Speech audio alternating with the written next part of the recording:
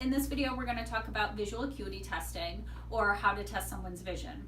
And testing someone's vision is very important because it establishes a baseline of what their vision is when they come into the office. And it's always the very first thing that you do testing-wise. And you want to make sure that when you're testing, you're going to test visual acuity with the patient's glasses on if they wear them for the distance. So that's going to be distance-only glasses or a bifocal. So obviously if a patient wears their glasses and they are just for reading, then you are not going to test their vision with those glasses. Okay, so you're going to have the patient put on their glasses if they have them, and we use this occluder to cover one eye. This test is always done monocularly, which means you test the right eye first, like we do in all eye care, we test the right eye first, and then we test the left eye. This test is typically done with the lights off. We're going to keep the lights on just for the purpose of the video today, but you would turn the lights off. It's okay to have like a little overhead light on if you need to. So you're gonna have the patient hold the occluder. This patient does not wear glasses for the distance, so she doesn't have them on. You just wanna make sure that the occluder is covering the left eye completely and leaving the right eye open.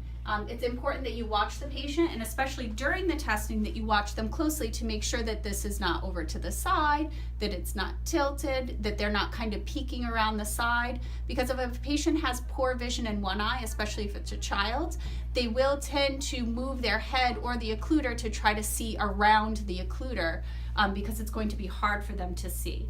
So during the testing, you always want to make sure, you might have to peek at the chart to see the letters, but you do want to make sure that you're always looking back at the patient so that you know that they're performing the test properly. You want to make sure they're not squinting. You want to make sure that their glasses are sitting on their face properly. Some patients will actually take the occluder and kind of push it up onto their glasses, and that can cause some distortion from the frames and the lenses, so you don't want to do that. Okay, so with them covering one eye like this, what you want to do is, along with telling them what you're going to do for the test, so you just tell them, I'm going to test your vision. And what you're going to do is show them a vertical line of letters starting with 20/20 at the bottom and going up. So we always use this as our starting point. So you're going to ask them to read the letters the best they can from the top to the bottom.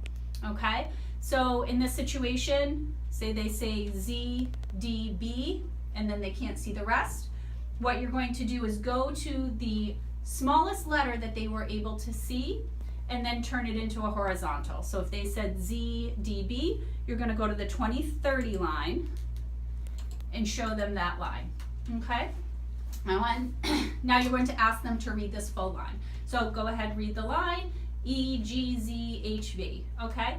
If a patient can get at least half of the letters on that line, you can go ahead and proceed to the smaller line. Okay, so if on the line above the 20/30 line, they were able to see at least 3 of those, then they get credit for that line, and you go to the next line down. Say on this line they only get 2 letters, that's less than half, and you're finished testing at that point. You always want to try to encourage the patient to read as many letters as they can. So if they say, oh, I can't see that line, you always want to tell them, oh, okay, can you just try? Can you give it a try? Because you'd be surprised how many patients say, oh, it's too blurry, I can't see it. But then when you ask them to try, they actually go ahead and will be able to read at least a few of the letters. Okay? So that would be on that eye, and you would get to where they see less than half. At that point, you stop. Then for the other eye, you're going to go back to the same thing, the vertical line. Have them read, let's say this time they read VSLC, then they can't see the last one. Then you go to that 20/25 line, which is here, and you ask them to read the letters there. Say they say OTBVS, that's great, let's try the next line. On this line, EGS, and then they can't see the rest, so they get credit for that 20/20 line. Okay, and the way we do it with recording is, like I said, if they get half of the letters on that line, they get credit for that line as far as their acuity. So in this example we used, if they can see EGS, but they don't see the last 2, then you would record that as 20/20 minus 2 letters. If, let's say in another example, they're able to see the 20/30 line, LEZPV, you go here and they can see the P and the T, but they can't see any other letters. So that's less than half of the line. So they do not get credit for the 2025 line because they only got 2 out of the 5. So that acuity would be a 2030 acuity, but they did get 2 on the 2025 line, so we add 2 onto that. So that would be a 2030 plus 2. All right. So what happens when the patient can't see any of these letters? What we do then is we make the line bigger. We can go to this point here, starting at 2050 instead. Can you see any of those letters? If so, you proceed in the same way. So if they say they can see the S and the H, but nothing else, then you would isolate the 2080 line and you would proceed your testing in the same way from there. Let's say they can't see any of those letters. You make them bigger. They can't see any of those. You make them bigger until you get all the way to the biggest letter that's on the chart. And if they still can't see any of those letters, what you need to do is then progress to what we call counting fingers. What we do when we count fingers is you're actually going to use your fingers as the target size, and you're going to start from a distance that's back at the chart. So what I do is I hold up 2 fingers starting back here, and I say to the patient, tell me when you can see my fingers. And then you slowly move forward closer to the patient, okay? They say, okay, I can see your fingers. You stop wherever you are, and you perform testing at that distance using your fingers. So you would say, how many fingers here? 1. How many here? 2.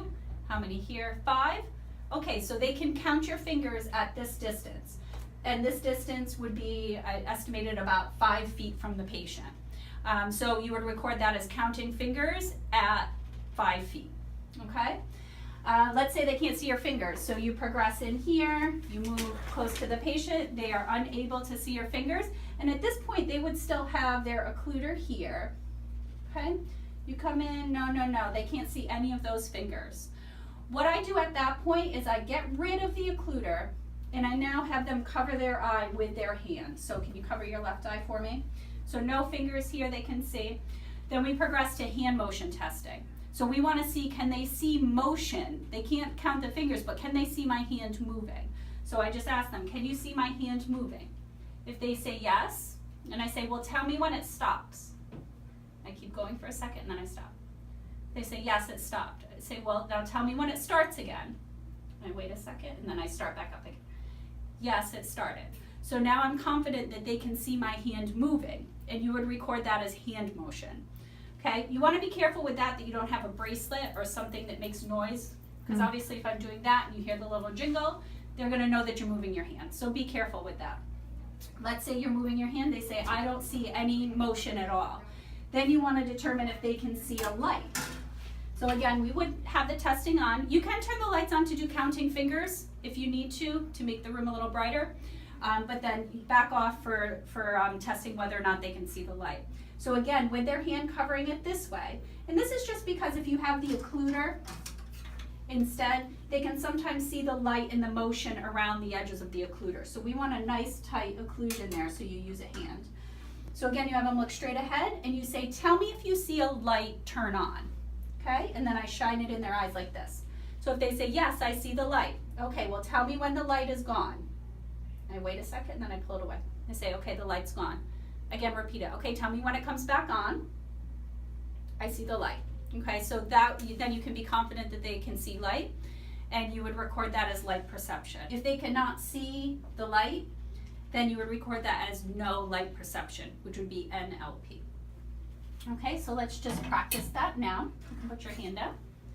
So you always start with telling the patient what you're going to do. I'm going to test your vision today. Do you wear any glasses for the distance? No. Okay, so I'm going to have you hold this. You're going to put it right over your face and just covering that left eye. I'd like you to read the letters from the top to the bottom, please. TRSTM. Okay, so you can see she really only got the first one. So we're going to start there, and that's the 2050 line. Okay, so I'm going to have you look here. Can you read that line for me? LP NLP0. Very good. And now we're going to try this line. Can you see those? HSFNS. Very good. So she got more than half, so we're going to keep going. Can you read those? BODNQ. Good. So on this line, she only got one correct, the B in the middle. So we are now done with this I. She got less than half correct, and that would be recorded as 2040 plus 1. Okay, so now I'm going to have you go ahead and flip that over. We're going to test the other eye now. We're going to go back to starting the same way. Read those for me top to bottom. B, P, C, F, G. Good, so she got almost all of them. She got down to the 2025 line, so we're going to start there. Read those for me, please. P, L, Z, G, H. Good, so she got almost all of them, all but one, so we're going to keep going. Can you try that line for me? S, Z, F, P, H. Good. So on that line, she got 2 out of the 5, so she did not get credit for that line. So that would be a 2025 plus 2. And